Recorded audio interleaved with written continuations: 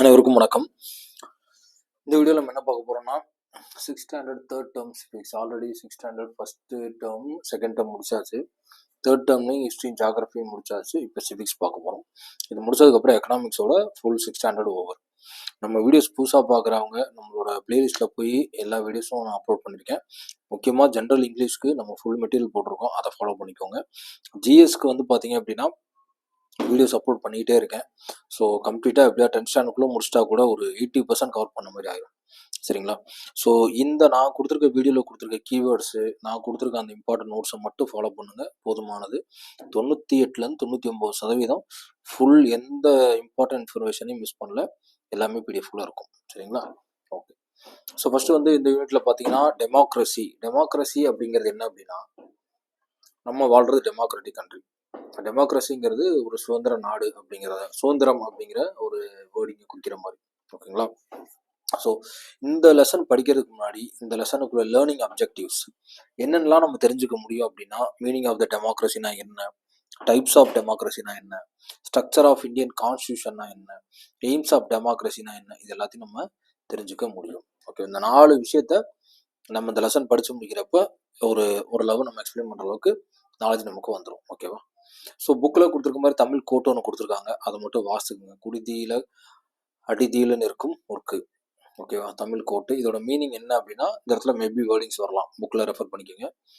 World respect a king who rules with love. இந்த உலகம் வந்து எந்த மனுஷன் அன்போட ரூல் பண்ணுறானோ அவனை தான் இந்த உலகம் மதிக்கும் அப்படிங்கிறத இந்த தமிழாக்கத்தோட இங்கிலீஷ் மீனிங். ஓகேவா? So introduction to democracy conversation keywords. Okay, இந்த லெசனே நீங்கள் வாசிங்க அப்படின்னா ஒரு கான்வர்சேஷன் நடக்கிற மாதிரியும் அந்த கான்வர்சேஷனுக்குள்ள இந்த கண்டென்ட் வர மாதிரியும் கொடுத்துருப்பாங்க. நமக்கு அந்த கான்வர்சேஷன் தேவையில்லை. ஓகேவா? ஸோ இம்பார்ட்டன்ட் கீவேர்டை மட்டும் அண்டர்லைன் பண்ணியிருக்கேன். டெமோக்ரஸினா என்ன அப்படின்னா, பார்ட்டிசிபேஷன், டயலாக், இன்க்ளூஷன், இந்த எல்லா வார்த்தையும் உள்ளடக்கியது. ஓகேவா? இதில் ஒரு கொஸ்டின் வருது என்ன அப்படின்னா, what society did early man live in? So hunter gatherers, அந்த சொசைட்டி பேர் ஹண்டர் கேதரர்ஸ். அவங்க வந்து later settle near rivers agriculture. இந்த ஒரு சின்ன கண்டென்ட் உள்ள கான்வர்சேஷனுக்குள்ள வருது. ஓகேவா? அதுக்கப்புறம் பார்த்தீங்கன்னா இதோட கீவேர்டு என்னன்னு பார்த்தீங்கன்னா, ரிவர் வேலி செட்டில்மெண்ட்ஸ். ரிவர் பக்கத்தில் செட்டில் ஆனதுக்கப்புறம் தான் அக்ரிகல்ச்சர் ஃபார்ம் ஆகுது. அக்ரிகல்ச்சர் ஃபார்ம் ஆகும், சோசியல் குரூப் ஃபார்ம் ஆகுது. ஓகேவா? ஸோ ஃபார்மேஷன் ஆஃப் குரூப் ஆனதுக்கப்புறம் அவங்க இன்னும் கொஞ்சம் ஒரு குரூப்னா ஒரு 10 பேர்னு வச்சுங்களேன், ஒரு 30 பேர் சேர்றது ட்ரைப் மாதிரி. அதுக்கப்புறம் அந்த ட்ரைபுக்குள்ள ஒரு தலைமை, அது சீஃபாக மாறுது. அந்த சீஃப்குள்ள கான்ஃப்ளிக்ஸ், இந்த மாதிரி நிறைய குரூப் இருக்கும்ல, அதுக்குள்ள 2ஆ பிரியுது. இந்த மாதிரி சண்டைகள் வருது. ஓகேவா? இந்த மாதிரிலாம் வரதுக்கு வாய்ப்பு இருக்கு. ஸோ விக்டர்ஸ் யுனைடெட் ட்ரைப்ஸ், அதாவது என்னன்னா, அதுக்கப்புறம் இந்த ட்ரைப்ஸ் என்ன ஆகுறாங்க, கிங்டமா மாறுறாங்க. கிங்டம் பெரிய எம்பையரா மாறுறாங்க. மௌரிய எம்பையர் பார்த்தோம் இல்லையா, அந்த மாதிரி ஒரு பெரிய எம்பையரா மாறுறாங்க. ஓகேங்களா? ஓகே, அடுத்து பார்த்தீங்கன்னா யூபிஎஸ்சி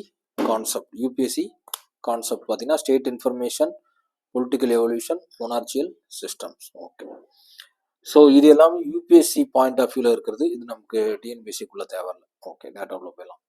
ஸோ மோனார்ச்சி கீவேர்ட்ஸ். மோனார்ச்சினா என்ன அப்படின்னா, சீஃப் பிகம்ஸ் கிங். மோனார்ச்சி அப்படிங்கிறது ஒரு தலைமை தான் கிங் மாதிரி, தலைமை தான் கிங்காக மாறுறது. அதுதான் மோனார்ச்சி அப்படிங்கிறது. இந்தியாவை பொறுத்த வரைக்கும் பார்த்தீங்கன்னா கிங்ஸ் இருந்திருக்காங்க. அதுக்கப்புறம் எம்பரர்ஸா ஒரு பெரிய சாம்ராஜ்யமாக இருந்திருக்கு. அதுக்கப்புறம் பிரிட்டிஷ் வருது, பிரிட்டிஷ் ரூல் நடக்குது. அதுக்கப்புறம் வர்த்தகத்துக்கான உள்ள வந்து கலோனியலிசம். அதுக்கப்புறம் ரொம்ப ஸ்ட்ரகிள் பண்ணி ஃப்ரீடம் நமக்கு கிடைச்சிருக்கு. இதுதான் இந்தியாவுடைய என்ன சொல்றது வளர்ச்சி.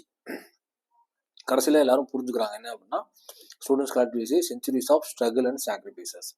நூற்றுக்கணக்கான ஸ்ட்ரகிளும் என்ன சொல்றது சாக்ரிஃபைசஸ், அந்த இழப்பீடு எல்லாமே சேர்ந்து தான் ஃப்ரீடம் ஃப்ரம் பிரிட்டிஷ் கொலோனிசமாக மாறி இருக்கு. ஓகேவா? ஸோ இது ரொம்ப ரொம்ப ரொம்ப இம்பார்ட்டன்ட். ஸோ இவ்வளோ இதையும் என்ன செய்யணும், மறந்துடாம நீங்கள் ஞாபகம் வச்சுக்கணும். ஓகேவா? இப்போ லெசனோட கோர் கான்செப்ட்ல போகிறோம். What is the definition of democracy அப்படிங்கிற அந்த வேர்டோட எக்ஸாக்ட் மீனிங் கீழே பார்க்கறதுக்கு முன்னாடி ஒரு தலைவர் இதை பற்றி சொல்லியிருக்காரு. யாருன்னா Abraham Lincoln. Government of the people, by the people, for the people. இதை சொன்ன ஒரு ஆப்ரஹாம் லிங்கன். மக்களுக்கான கவர்மெண்ட் மக்களாலே தயாரிக்கப்பட்டு மக்களுக்காகவே இருக்கும். அதான் இங்கிலீஷ்ல, தமிழ்ல சொல்லணும். ஓகேவா?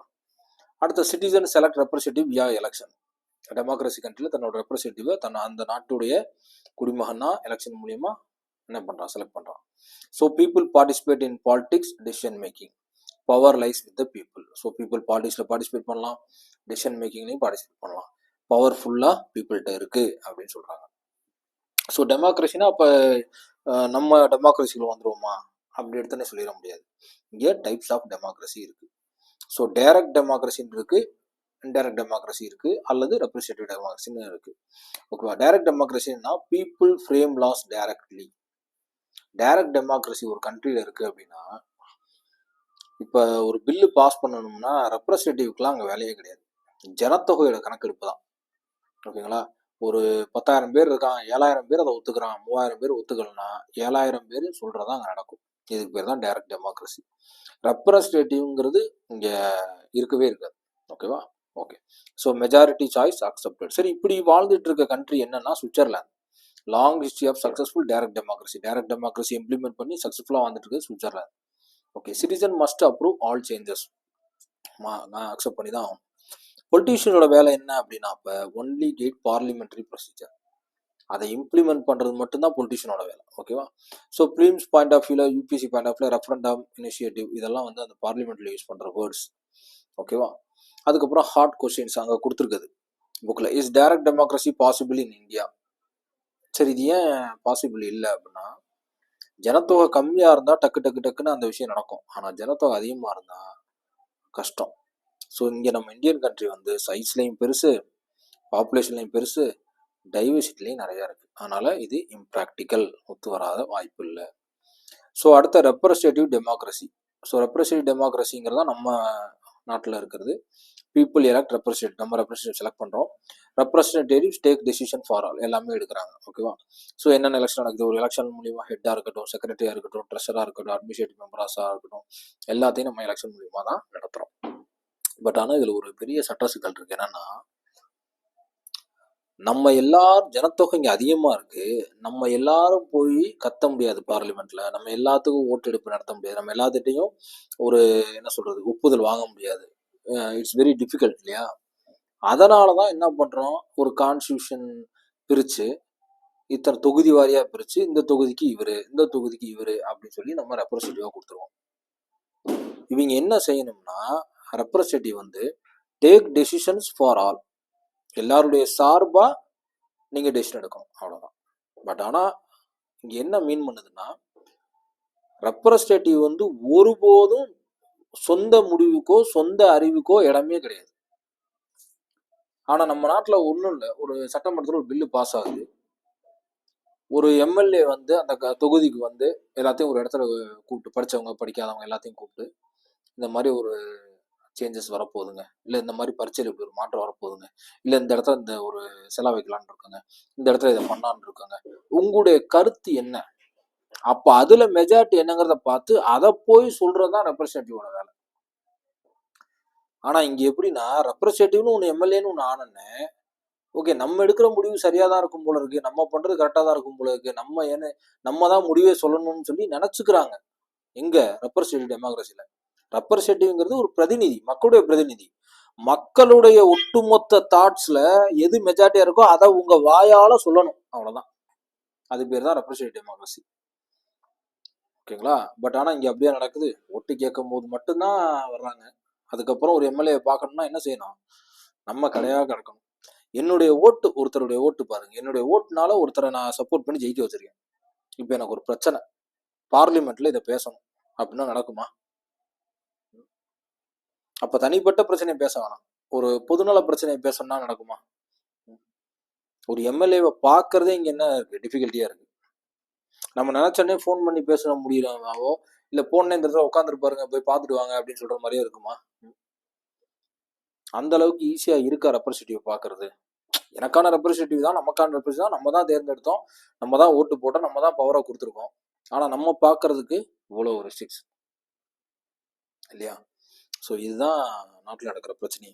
ஸோ இதில் அதிகபட்ச ஓட்டு யார் கிடைக்குதோ அவங்க தான் வின் பண்ண போகிறாங்க. இது பேர் தான் இன்டைரக்ட் பார்ட்டிசிபேட். நம்ம இன்டைரக்டாக பார்ட்டிசிபேட் பண்ணுறோம். என்ன, நம்ம போய் டேட்டா சொல்லாமல் என்னுடைய முடிவு இதுங்கன்னு ரெப்ரஸன்டேட்டிவ் சொல்லி அனுப்பி விடுறோம். அது பேர் தான் ரெப்ரஸன்டேட்டிவ். ஸோ ரெப்ரஸன்டேட்டிவ் டெமோக்ரஸியில இன்னும் 2 டைப் இருக்கு. என்னன்னா பார்லிமெண்டரி டெமோக்ரஸி, பிரசிடென்சியல் டெமோக்ரஸி. அப்போ பார்லிமெண்டரி டெமோக்ரஸிங்கிறத ஃபாலோ பண்றது இந்தியாவும் இங்கிலாண்டும், பிரசிடென்சியலை ஃபாலோ பண்றது யுஎஸ்ஏவும் கனடாவும். இதுக்கு என்ன டிஃபரன்ஸ்ங்கிறத பார்ப்போம். ஸோ டெமோக்ராட்டிக் டிசிஷன் மேக்கிங், இதில் கீவேர்ட்ஸ் வேணா power does not lie with the head. கண்டிப்பாக ஹெட்டு கையில் பவர் இருக்காது. அதுக்கப்புறம் குரூப் கலெக்டிவ் டிசிஷன்னா இங்கே வேலை செய்யும். ஓப்பன் டிஸ்கஷன் இருக்கும். Final decision when all are convinced. ஓகேவா? இது வந்து டெமோக்ராட்டிக்ங்கிறது மக்கள்கிட்ட மட்டும் தான் பவர் இருக்கும். ஓகேவா? தலைமையிட்ட பவர் இருக்காது. இது வந்து ஒரு தனிப்பட்ட முடிவுக்கு இடம் கிடையாது. ஓவராலாக ஓப்பன் டிஸ்கஷன் பண்ணி ஃபைனல் டிஸ்கஷன் பண்ணி முடிவு சொல்கிறது. ஓகேவா? Keyword consensus based governance. Okay, அடுத்த need for rules, constitution, keywords. Okay, India highly populated. ஏன் ரூல்ஸ் அண்ட் ரெகுலேஷன் இங்கே இருக்கணும்? கான்ஸ்டியூஷன்ல ஏன் இவ்வளவு சட்டங்கள் கொடுக்கப்பட்டிருக்கு? ஹைலி பாப்புலேட்டடா இல்லைன்னா அது ஓகேவா அப்படின்னா அப்படி கிடையாது. எங்க அதிக ஜனத்தொகை இருக்கோ, எங்க அதிக டென்சிட்டி இருக்கோ, அந்த இடங்கள்ல பிரச்சனைகளும் ஒரு அழிவதற்கான நிறைய சோர்சஸ் அங்கே ரெடி ஆகும். உள்ள பார்த்தீங்கன்னா தெரியும். ஸோ இந்தியா ஹைலி பாப்புலேட்டட், அதனால நீட் ரூல்ஸ் இருக்கு. Constitution ensures law and order, rights and duties, structure of the institution, political principles, power and responsibilities, directive principles. இந்த கான்ஸ்டியூஷன்ல என்னெல்லாம் டிஸ்கஸ் உறுதிப்படுத்தப்பட்டிருக்கு? லா அண்ட் ஆர்டர் இப்படி தான் இருக்கணும், உங்களுக்கு உரிமைகள் இருக்கு, கடமைகளும் இருக்கு. ஒரு இன்ஸ்டியூஷன் நமக்குன்னா ஸ்ட்ரக்சர் ஆஃப் த இன்ஸ்டியூஷன் இப்படி தான் இருக்கணும். பொலிட்டிக்கல் பிரின்சிபல்ஸ் இருக்கு, பவர்ஸ் அண்ட் ரெஸ்பான்சிபிலிட்டி, நமக்கு பவர் இருக்கு, ரெஸ்பான்சிபிலிட்டிஸ் இருக்கு, டைரக்டிவ் பிரின்சிபல்ஸ் இருக்கு. ஸோ ப்ரிலிம்ஸ் ஃபேக்ட்ல பார்த்தோம்னா 15 September international day of democracy, UNG resolution 2007. So 15 செப்டம்பரை இன்டர்நேஷனல் டே ஆஃப் டெமோக்ரஸியா அறிவிச்சிருக்காங்க. ஓகேவா? எங்கன்னா யுஎன்ஜி ரெசல்யூஷன் 2007ல.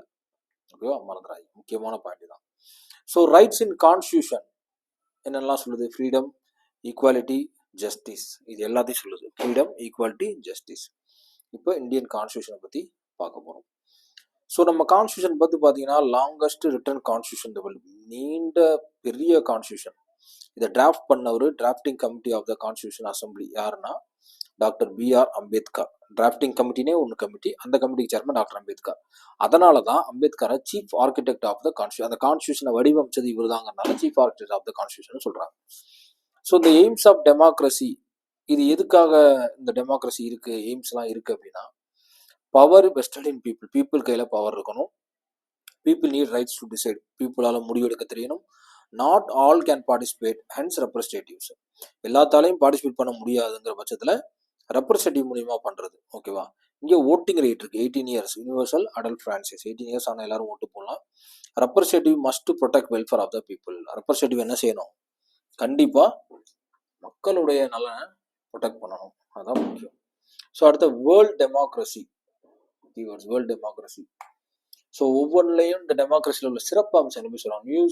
நியூசிலாந்து பார்த்தீங்கன்னா first to allow women to vote 1893. Super. நியூசிலாந்தில் ஃபர்ஸ்ட் ஓட்டு போட விட்டுருக்காங்க 1893ல. யூகேல உமன் ஓட்டிங் ரைட்ஸ் 1918ல வந்திருக்கு. யூஎஸ்ஏல உமன் ஓட்டிங் ரைட்ஸ் 1920ல வந்திருக்கு. கலோனியல் இந்த பாருங்க, இந்தியாவில் கலோனியல் எரா, அந்த எரால ஓட்டிங் ஒன்லி ஃபார் வெல்த்தி, பணக்காரனா இருக்கவங்க தான் ஓட்டு போட முடிஞ்சிருக்கு அந்த கலோனியல் பீரியட்ல. Leaders like Mahatma Gandhi demanded voting rights for all. Super. Okay, இன்னைக்கு இந்தியாவில் பார்த்தீங்கன்னா யூனிவர்சல் அடல்ட் ஃப்ரான்சைஸ், யார் வேணாலும் 12 வயசு 18+ இருக்கவங்க என்ன செய்யலாம்? ஓட்டு போட முடியும். அடுத்த டெமோக்ரஸி ஸ்டாட்டிஸ்டிக்ஸ். ஓகே, இதை பற்றின ஒரு புள்ளி விவரம் பாருங்க. 79% of Indian citizen trust democracy. Super. 79% people வந்து இந்தியன் டெமோக்ரஸியை நம்புறாங்க. India rank 1 democratic trust world வைடா பாருங்க, எந்த நாட்டுக்காரனுக்குமே இவ்வளவு இது இல்லை, ஆனால் இந்தியாக்காரனுக்கு 79% நம்புறாங்க. நல்ல விஷயம்.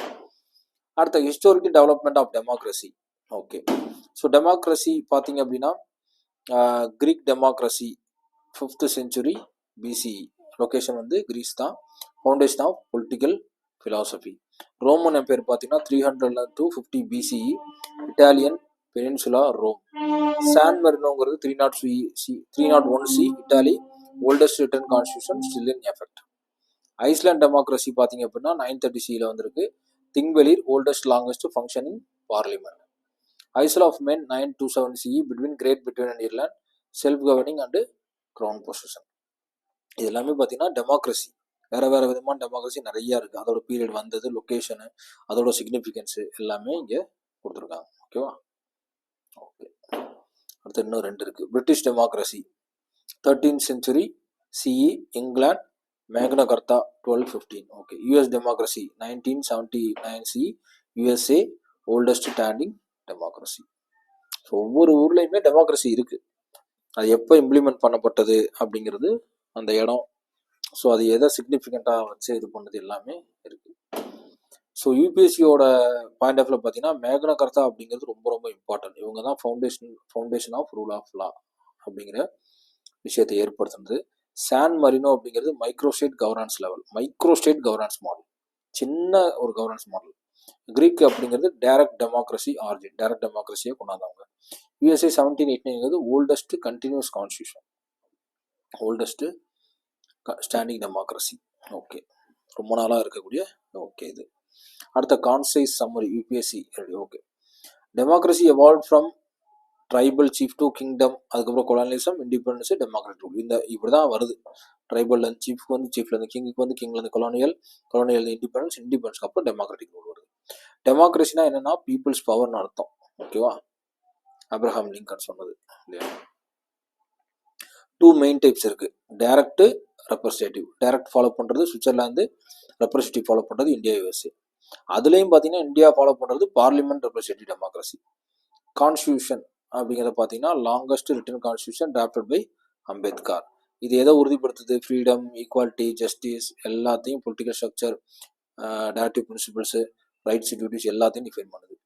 யூனிவர்சல் ஃபிளாட் அடல்ட்ஸ் படி 18 வயசு முடிஞ்சவங்க எல்லாரும் ஓட்டு போடலாம். India high democratic 79%. Women suffrage timeline பார்த்தீங்கன்னா நியூசிலாந்து ஃபஸ்ட்டு, அடுத்த UK, அடுத்த USA. டெமோக்ரஸி டே வந்து 15 செப்டம்பர் 2007 UNGA ஸோ கொண்டாந்துருக்காங்க.